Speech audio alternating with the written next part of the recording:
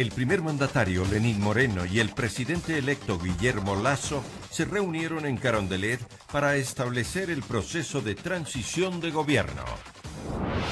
Varias vías del país fueron bloqueadas por transportistas interprovinciales en rechazo al incremento del valor de los combustibles.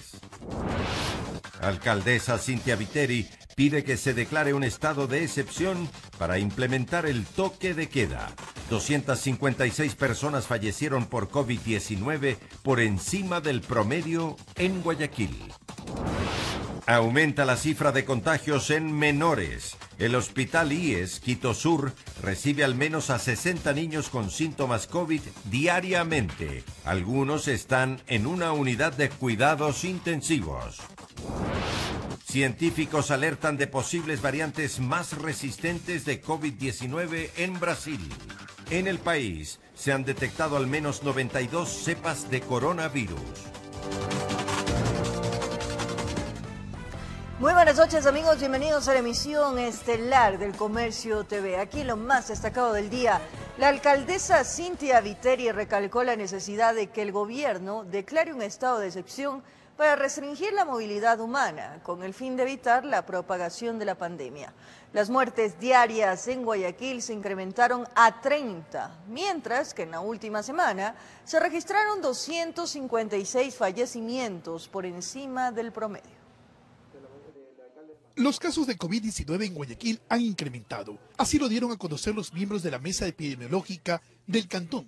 La semana anterior cerramos con un elevado número de casos semanales que supera los 1.180 pacientes. Existe una clara tendencia al alza. Las camas UCI de los hospitales del Ministerio de Salud Pública, del Bicentenario Municipal de Guayaquil, del IES y de las clínicas privadas están copadas. El número de fallecidos se mantiene al alza, con 30 decesos diarios en la semana 15. Estamos subiendo cada día más contagios, casos sospechosos, casos confirmados con PCR y defunciones. No obstante, el COE anuncia nuevas medidas que ayudarán a que la población afectada reciba asistencia médica.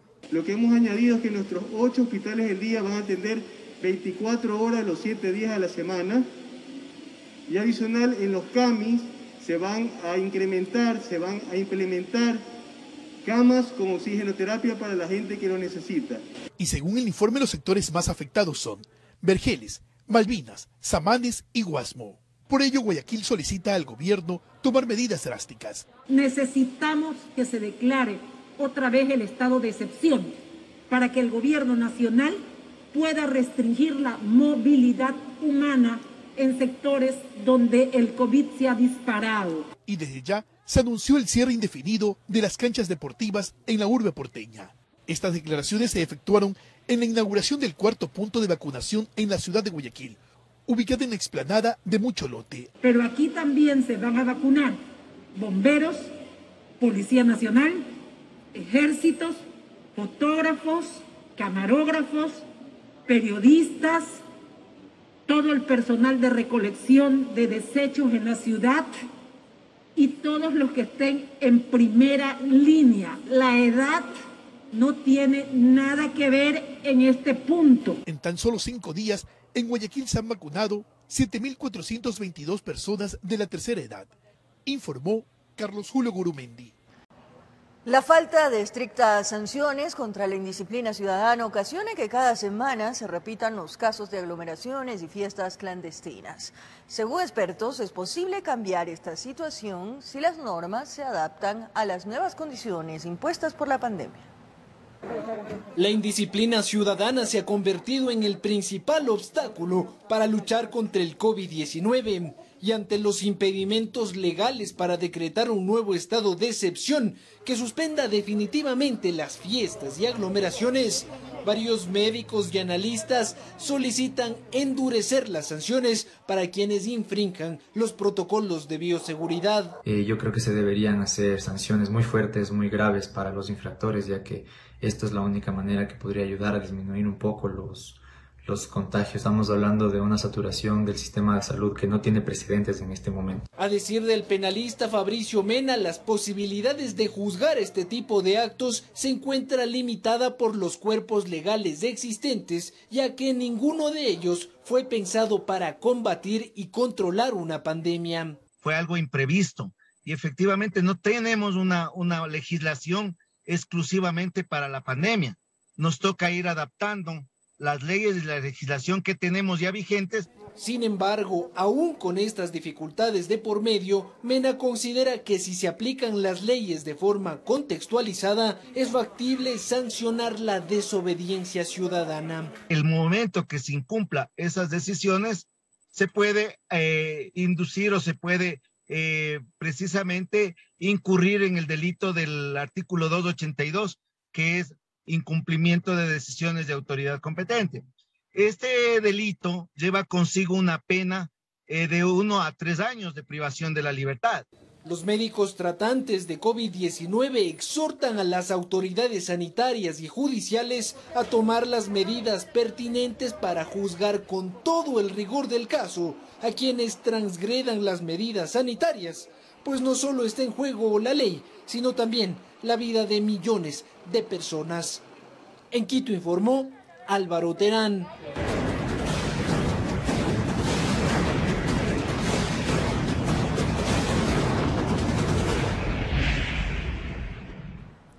Pese a que aumentaron el número de camas en las unidades de cuidados intensivos del Hospital Luis Bernaza de Guayaquil, ya no hay espacio. El cansancio físico de los médicos también es otro de los problemas que se presentan, en especial quienes están al frente del cuidado y los tratamientos de los pacientes con COVID. Los 3 pisos con los que cuenta el Hospital Luis Bernaza de Guayaquil han sido adaptados para instalar unidades de cuidados intensivos para pacientes COVID. De 26 camas existentes, hoy cuentan con 50 debidamente equipadas, pero su ocupación es del 100%. A pesar de que aumentamos el número, la disponibilidad de camas están totalmente llenas y tenemos pedidos, digamos, en espera de subir a cuidados intensivos. Cada una de las camas están debidamente equipadas, con su respectivo ventilador mecánico, saturación de oxígeno y otros implementos que son utilizados para atender a estos pacientes. Hace 2 semanas teníamos solamente 2 áreas destinadas para terapia intensiva. Ahora se implementó esta nueva área de 16 camas más. Las áreas de COVID son áreas exclusivamente donde se atienden pacientes para este tipo de tratamiento. Los equipos fueron donados por la empresa privada. Los médicos de esta área aseguran que ya no dan más. El personal médico y el personal paramédico está agotado. Llevamos más de 1 año con esta situación, con un tipo de paciente especial muy desgastante, un tipo de paciente muy grave, que tiene una alta mortalidad, y esto está produciendo un agotamiento físico y mental en el personal que está sometido a una situación de mucho estrés constantemente. En todo caso, lo que recomiendan es seguir cuidándose, informó Carlos Julio Gurumendi. Recorremos el país. En Loja la situación es grave. Existen personas en espera de una cama de unidad de cuidados intensivos. Todo esto ocurre mientras la ciudadanía no cumple con las medidas dadas por el COE cantonal. Así es como lucen las casas de salud en Loja, un panorama nada alentador.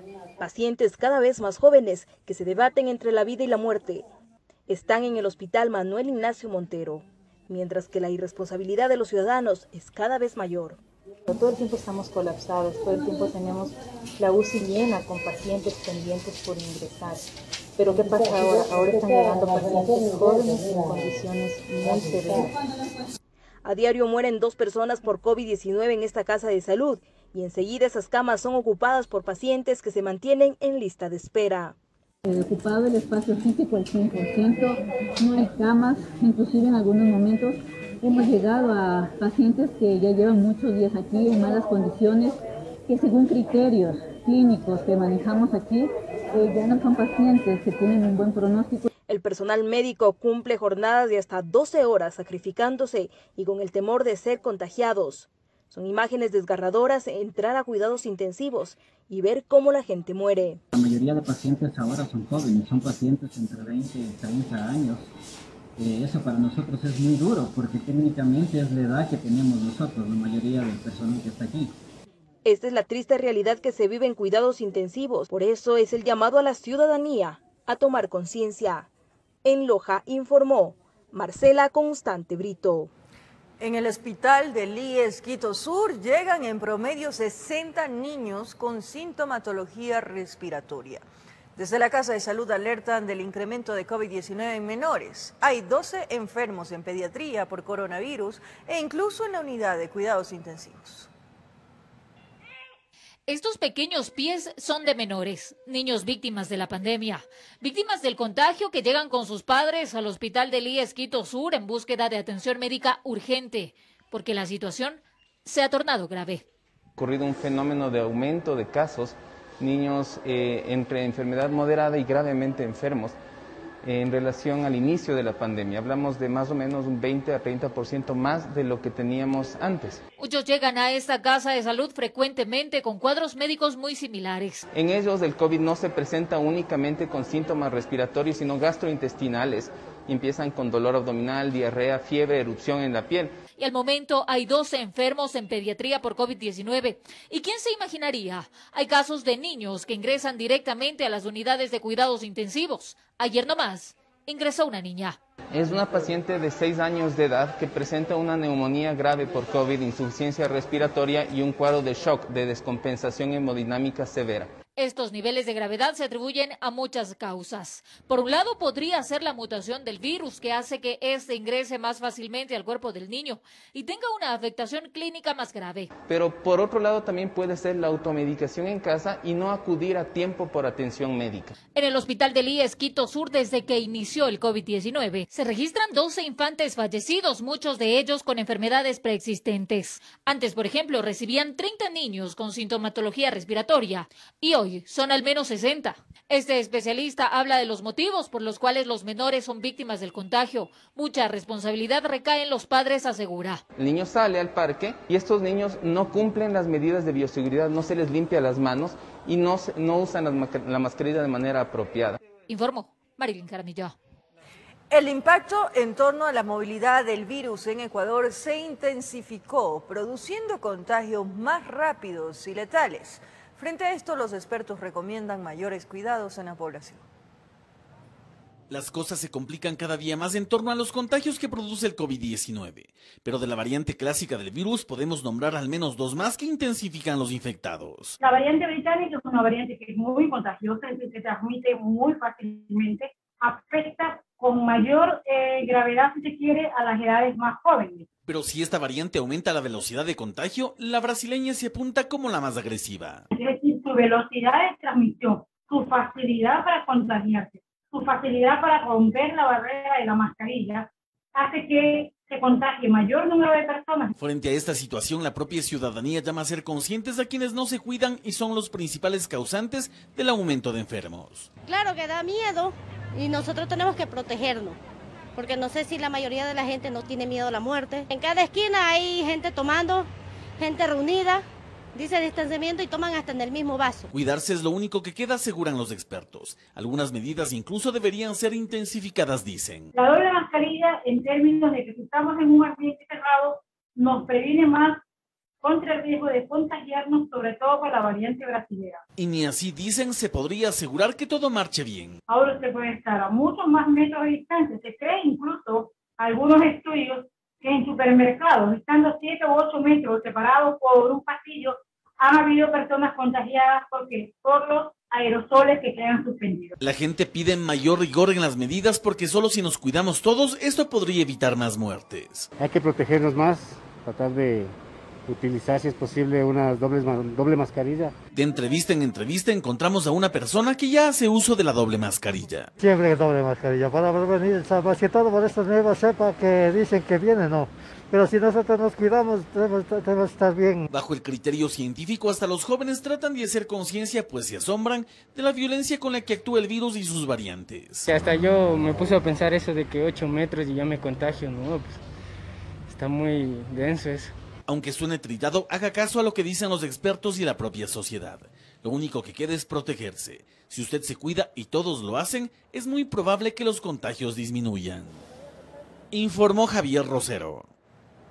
La próxima semana, varias facultades de medicina de las universidades del país se incorporarían como voluntarios para ser parte de las brigadas de vacunación, con lo que se aspira a incrementar las inoculaciones a 30.000 por día. Actualmente 120 brigadas de vacunación existen en Pichincha y el noroccidente de esta provincia. Uno de los más grandes está ubicado en el Centro de Exposiciones Quito. Allí existen 30 puntos de vacunación. Los adultos mayores que fueron inoculados esperaron en promedio 3 semanas para tener un turno luego de la inscripción. Para algunos el momento fue lleno de alegría. Sí, aquí tranquilo, nos atendieron desde que llegamos. Venimos con la media hora de anticipación y nos han atendido bien rápido, no ha habido inconvenientes. Mientras otros no estuvieron conformes con el proceso, les preocupaba la marca de la vacuna y el tiempo que deben esperar entre la aplicación de la primera y la segunda dosis. Claro que ya no hay Pfizer, dice. No, o sea, ya vamos a ver cómo reacciona. Todo que vaya por fe para que tenerle más años aquí. En tanto, el Ministerio de Salud espera incorporar en los próximos días a las universidades como voluntarios del proceso de vacunación para ampliar el rango de cobertura. Con la cual aspiramos a tener una vacunación diaria entre 20.000 y 30.000 personas por día. Tomando en cuenta que antes la meta es inmunizar a todo el personal de primera línea destinado para las inoculaciones. Para tener este contingente y poder de ahí formar las brigadas en las cuales ya podríamos aumentar el número de vacunas. Hasta el momento se han suministrado en la conocida zona 9 del Ministerio de Salud, en primera dosis, 62.566 vacunas Pfizer, 9.814 vacunas Sinovac y 1.590 vacunas AstraZeneca, mientras que en la segunda dosis son 30.270 de la vacuna Pfizer, informó Sofía Vintimilla. En Colombia se confirma la presencia de la cepa británica y brasileña. Epidemiólogos advierten que este panorama generaría más muertes en el país.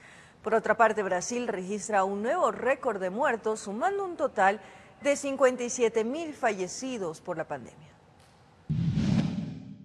En Colombia están presentes 2 variantes de COVID-19, la brasileña y la británica. La aparición de ambas cepas, según expertos, complicaría todo el panorama. Vienen días complejos, la epidemia en Colombia se ha venido dando de manera secuencial. Afortunadamente no ha impactado al mismo tiempo todas las ciudades del país. Ambas variantes están presentes en Bogotá. Es por eso que las autoridades llamaron a la calma y aseguraron que, de acuerdo con investigaciones recientes, las vacunas que se tienen en el país son eficaces contra la variante británica.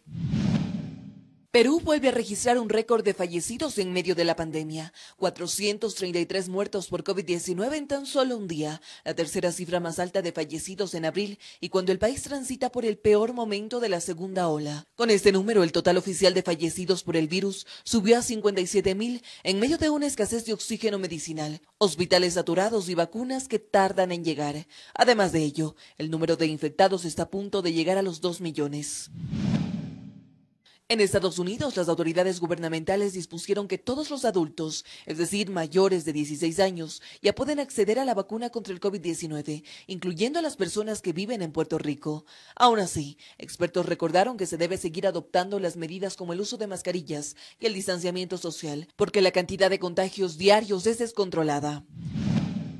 La alta incidencia del COVID-19 amenaza con convertir a Brasil en un granero de nuevos linajes de la enfermedad, que solo en este país deja más de 370.000 muertes y casi 14 millones de infectados. Y es que expertos afirman que además de la mutante P1 de Manaus y la P2 de Río de Janeiro, estudian la aparición de más variantes del coronavirus en esta nación y alertan de la posibilidad de que surjan otras más resistentes y continúe el actual ritmo vertiginoso de contagios de infecciones.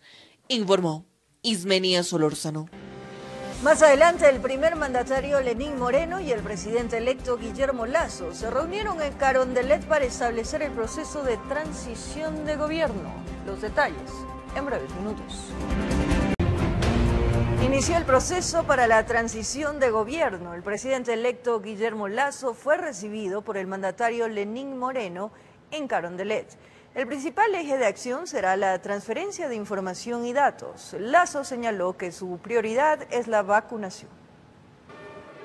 Por la alfombra roja ingresó el presidente electo Guillermo Lasso al Palacio de Carondelet. Junto a su esposa asistió al proceso de transición de gobierno. En la casa presidencial, Lasso fue recibido por el actual mandatario Lenín Moreno. El gobierno entregará toda la información a tal punto de que el próximo gobierno tenga desde el inicio los mejores elementos para poder salir adelante. Empezamos a asumir el primer desafío, y es el gobierno en transición. Agradezco que usted haya preparado una comisión dedicada a la transferencia de información y datos. De mi lado también he creado una comisión. Las comisiones encargadas de la transición se reunieron para elaborar mesas técnicas de trabajo. Las primeras disposiciones que dio Moreno a su gabinete fueron las siguientes. Que no se guarden absolutamente nada, en primer lugar. En segundo lugar, que no se haga ningún contrato de apuro.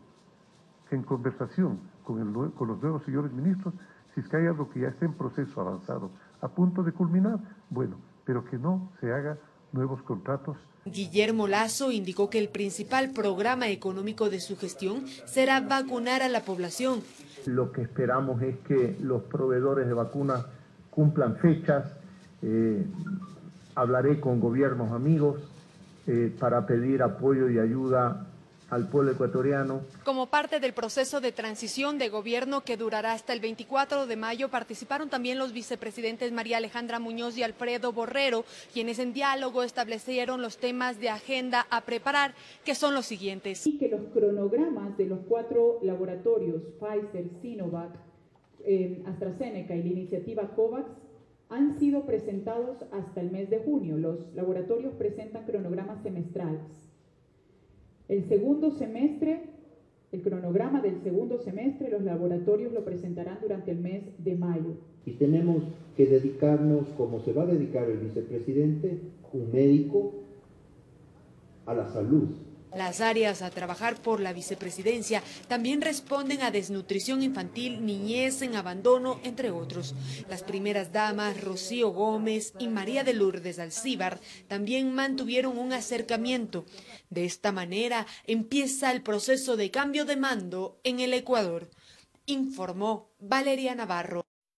Con el pasar de las horas, los cabildeos se intensifican en los diferentes partidos y movimientos políticos, con la intención de captar la presidencia de la Asamblea Nacional.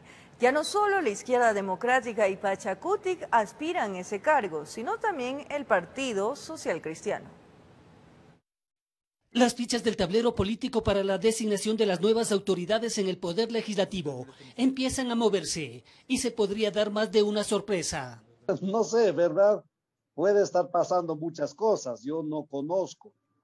Así Salvador Quispe de Pachacutic y Vilma Andrade de la Izquierda Democrática estarían dispuestos a dar un paso al costado y declinar la posibilidad de llevar las riendas de la Asamblea Nacional desde la presidencia. Al parecer lo hacen por el bien del país. Yo no es que estoy aferrado a la presidencia de la Asamblea Nacional. Esta es una propuesta que está puesta a consideración. Si hay esa posibilidad, en buena hora, y si no es posible, pues igual. No es bueno poner nombres, sino poner objetivos. ¿Cuál es la agenda legislativa que se va a trabajar?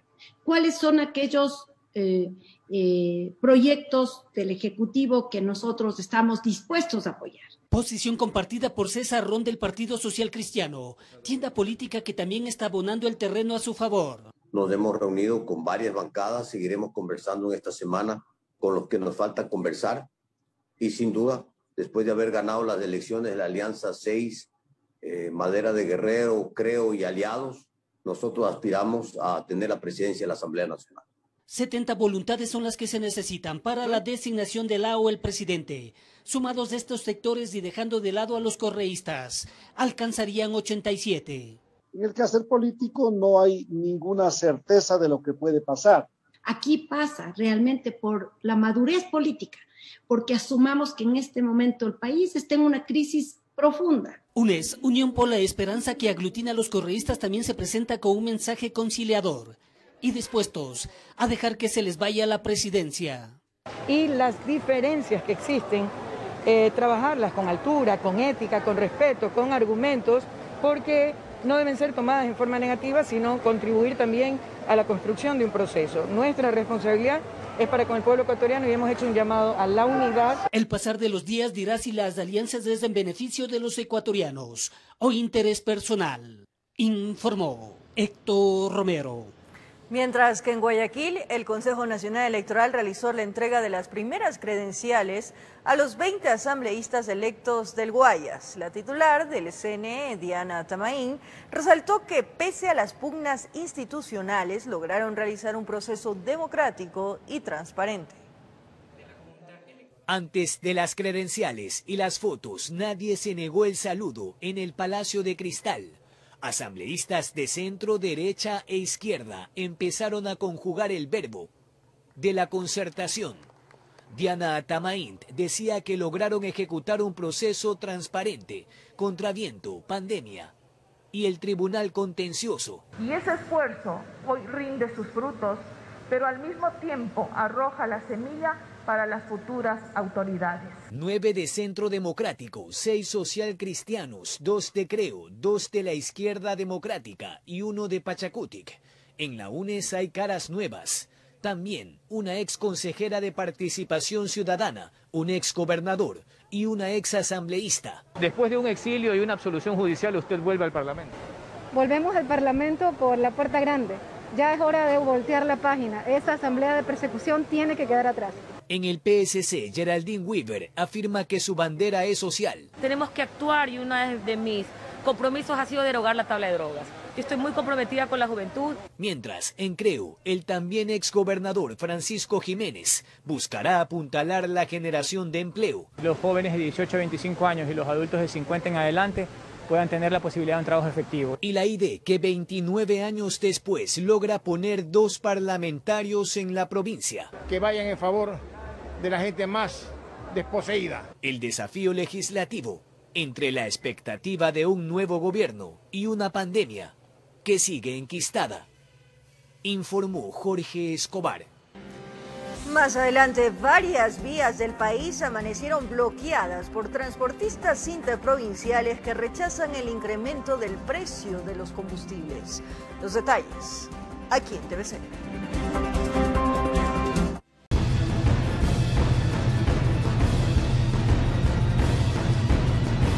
Transportistas inter e intraprovinciales suspendieron sus actividades a escala nacional.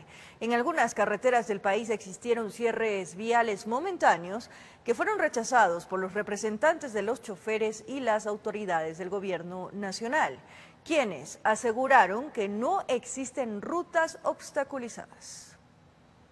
Cerca de 12.000 unidades de escala nacional suspendieron sus actividades para exigir al gobierno nacional se conceda un subsidio focalizado al combustible y se otorguen nuevos financiamientos a sus créditos. Yo no tengo ya para mantener la nómina, para dar para el diésel. A veces los buses van vacíos y tenemos que cumplir obligatoriamente una frecuencia. La protesta, al parecer, se radicalizó en varios puntos del país, según imágenes que circularon a través de las redes sociales, las cuales fueron rechazadas por el presidente de la FENACOTIP. Obstaculizar vía, no sé, esa no es decisión nuestra. Lamentablemente voy a tener que llamar, si es que lo ha habido en algunos sitios, tendrán que sacar los buses de allí y ponerse al margen de la vía. Mientras el ministro Gabriel Martínez, a través de su cuenta de Twitter, informó que las carreteras del país están habilitadas y que continúen los diálogos con este sector del transporte. En tanto, algunas boleterías del terminal terrestre de Quitumbe no ofertaron recorridos, generando desconcierto entre los usuarios. Bueno, por el momento no estamos vendiendo boletos, solamente en este caso estamos mandando los carros que se quieran ir. No tenemos conocimiento hasta cuándo. Muchas personas optaron por los transbordos para así llegar a sus destinos. Sí, estoy buscando realmente una que salga ahorita porque necesito irme. No hay carros, ahí sale pero no hay carros, dice. Las cooperativas que no forman parte de la FENACOTIP trabajaron con normalidad. Sí, señora, están vendiendo tickets sin problema. Transportes Andina, sí, Irene. Tenemos las unidades aquí, pero no hay muchos pasajeros. Con el incremento del diésel y todo eso, entonces no podemos coger y mandar un carro vacío. Por ejemplo, ahorita tenemos carro para 8:30. La paralización de actividades está prevista durante 48 horas, pero al parecer podría extenderse si no obtienen una respuesta favorable a sus pedidos. Renunció, hablo de Richard Martínez, renunció y dejó todo parado. Hoy el ministro Pozo no nos ha recibido y no ha atendido la situación. Los representantes de la FENACOTIP aseguraron que el actual gasto de gasolina por cada unidad de transporte representa el 40% de su presupuesto, el cual fue golpeado por la reducción de usuarios debido a la pandemia del COVID-19, informó Sofía Vintimilla. El proceso de recepción de la obra Metro de Quito continúa. Para ello, el equipo técnico recorre las estaciones y verifica que estén en óptimas condiciones. Esta vez la inspección se realizó en la estación San Francisco, en el centro de la capital. Es la estación San Francisco del Metro de Quito, ubicada debajo de la plaza del mismo nombre en el casco colonial. Ingenieros, arquitectos y equipo técnico recorrieron cada uno de los espacios que la componen, verificando y constatando la infraestructura y cada uno de sus acabados. Y bueno, el objetivo de estas visitas es verificar efectivamente todo está bien ejecutado. Los técnicos están verificando que la obra se reciba en base a los planos estructurales que están establecidos en el proceso constructivo. Para los representantes de la empresa Metro de Quito y la fiscalizadora, tras la inspección no se hallaron mayores novedades en la infraestructura de esta estación que puedan retrasar el cronograma establecido. Tenemos rayaduras en Vitrex, tenemos tuberías que tendrían que tener el proceso de galvanización correcto, entonces son defectos ya incidencias en el porcelanato, tal vez rayaduras, que tienen que ser reparadas por el contratista antes del proceso final de recepción. Pequeños remates típicos finales de obra, o puedes ver con limpieza, retiro de protecciones, retoques de pintura. Esta es la tercera estación que se visita de un total de 15 dentro del proceso de entrega-recepción de la obra civil. Hoy se hace en San Francisco, hemos hecho en Iñaquito y Jipijapa, esta ya es una de las finalizaciones. Continuaremos con Universidad Central, continuaremos con Magdalena. Al momento el Metro de Quito registra un 99.2% de avance en su construcción. Necesitamos finalizar los acabados en las bocas de acceso, iluminaciones, tenemos detalles en los pozos de bombeo con las bombas y señalética que necesita tener todas las estaciones. Se estima que este proyecto de movilidad, uno de los más importantes de la capital, entre en operación en el primer trimestre del 2022. En Quito informó Adriana Rojas. Un joven de 26 años, oriundo de la ciudad de Guayaquil, murió trágicamente al caer desde el mirador del santuario de Olón, en el cantón Santa Elena. Según los testigos, ambos habrían sido escopolaminados en Montañita. Un hombre de 26 años, identificado como Carlos Steven Reyes Triviño, falleció la mañana del domingo al caer desde el mirador del santuario Blanca Estrella del Mar en la comuna Olón, perteneciente al cantón Santa Elena. El hecho alarmó a los bañistas que a esa hora estaban disfrutando de la playa. Se presume que el fallecido habría sido escopolaminado. El ciudadano anda con su enamorada y con un amigo. Habrían estado hospedados en Montañita. Habrían salido pues a libar, ¿no? Prácticamente fueron escopolaminados, lo que según las versiones del amigo, y solo el amigo logró ser atendido por los miembros del cuerpo de bomberos en la madrugada, y el otro ciudadano fue reportado como desaparecido de la policía y salieron en su búsqueda. Ya en horas de la mañana fue reportado ya muerto. Agentes de la policía y miembros de la DINASET acudieron al lugar para realizar el levantamiento del cadáver y recabar indicios que ayuden con la investigación para determinar las causas que provocaron la caída del hombre. A lo mejor puede ser con lo que estaba drogado él, de la escopolamina que tenía, puede ser que caminando él se fue abajo de esa porque está en una parte alta que yo ni conozco ni quisiera conocer allá. ¿Se confirma de que la otra persona también estaba escopolaminada? Sí, ese se ha salvado porque lo han llevado a... no sé, creo un hospital, no sé dónde, sí. El cuerpo sin vida fue llevado hasta el anfiteatro del cantón para que se le realice la autopsia de ley. Familiares piden a la policía que se investigue la muerte de su pariente. Acaba de comunicarle a la gente que hay que poner una denuncia en Manglar Alto, pero hoy no atienden. Y mañana hay que hacer eso para que se llegue a ver qué mismo lo que ha pasado. Desde la provincia de Santa Elena informó Darwin Villao. 2 de los 3 asesinados en las calles Guerrero Martínez y 10 de agosto en Guayaquil eran jóvenes que no habitaban en el sitio. Ellos se encontraban conversando cuando llegaron desconocidos y abrieron fuego. El video captado por una cámara de seguridad es la clave principal para identificar a los autores del suceso. Allí se observa que los desconocidos llegaron en un auto, se bajaron y dispararon de inmediato. Luis Maita se encontraba merendando en un restaurante cercano. Asegura que escuchó la bulla pero no le dio importancia. Terminó su comida y regresó a casa. A los pocos minutos llegó un conocido para informarle que su hermano Edison Andrés Maita, de 32 años, estaba muerto. Y estaba mi hermano en el peor momento, porque él siempre va a conversar con sus amigos y se va a la casa porque el otro día hay que trabajar. Edison trabajaba en una mecánica. Tenía por costumbre quedarse en el sitio a conversar con los amigos hasta que el reloj le indicara que ya era momento de descansar. Aquí en el momento se encuentran 36 indicios balísticos. De su parte, Juan José Negrete, de 23 años, dedicado a la fabricación de alcancías, no era su costumbre rondar por esa zona, pero esa noche estuvo de visita en casa de su enamorada. Al salir, se quedó unos minutos formando parte de la conversación. Solo por haber estado en el momento y a la hora no apropiada. 2 personas más de sexo masculino resultaron afectadas. Por su estado fueron trasladadas hasta una casa de salud. Allí se reportó el fallecimiento de uno más, personaje de aparentemente 25 años quien no pudo ser identificado. Y la cuarta víctima resultó con heridas, pero ya se recupera en casa.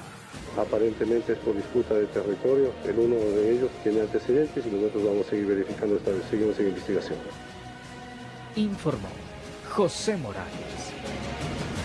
En Quito, la Policía Nacional desarticuló una organización delictiva que desorientaba a sus víctimas con sustancias sujetas a fiscalización. Hay 5 detenidos y todos son extranjeros. Es el momento en el que la policía detiene a los sospechosos. Y es que las autoridades estaban tras su pista desde hace un mes, puesto que operaban en el centro norte de Quito. Su modalidad esta. Fueron captados por cámaras de seguridad cuando ingresaron a un hostal, creyéndose dueños de lo que no les pertenece, y se llevaron todo lo que pudieron. A través del acercamiento a ciertos ciudadanos, los proveía de sustancias psicotrópicas para, una vez que ellos ingerían estas sustancias, proceder al robo de sus pertenencias. Así es, esta organización delictiva se encontraba liderada por alias Mami, que con la colaboración de alias Peque y alias Negrita, entre otros, los mismos que estarían incurriendo en la comisión de delitos contra la propiedad, donde su modus operandi era abordar a sus víctimas en centros de diversión nocturna y mediante la utilización de sustancias psicotrópicas sustraer sus pertenencias de valor.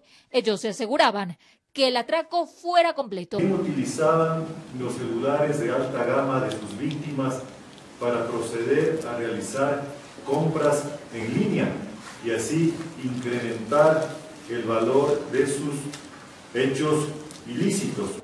En total 5 personas fueron detenidas, todos ciudadanos extranjeros. Kelvin P., de nacionalidad venezolana, Nancy M., de nacionalidad colombiana, Carol G., de nacionalidad colombiana, Raimundo L., de nacionalidad colombiana, Segundo C., de nacionalidad colombiana. De entre los sospechosos, ninguno registra antecedentes penales. Tras las labores de inteligencia que realizó la policía, además se pudo hallar las evidencias. Un arma de fuego marca REC de fabricación alemana, 4 televisiones, 10 prendas de vestir, 6 maletas tipo bolsos, 2 laptops, 10 teléfonos celulares de diferentes marcas y gama. Además, entre las evidencias se encontraron $810 en efectivo.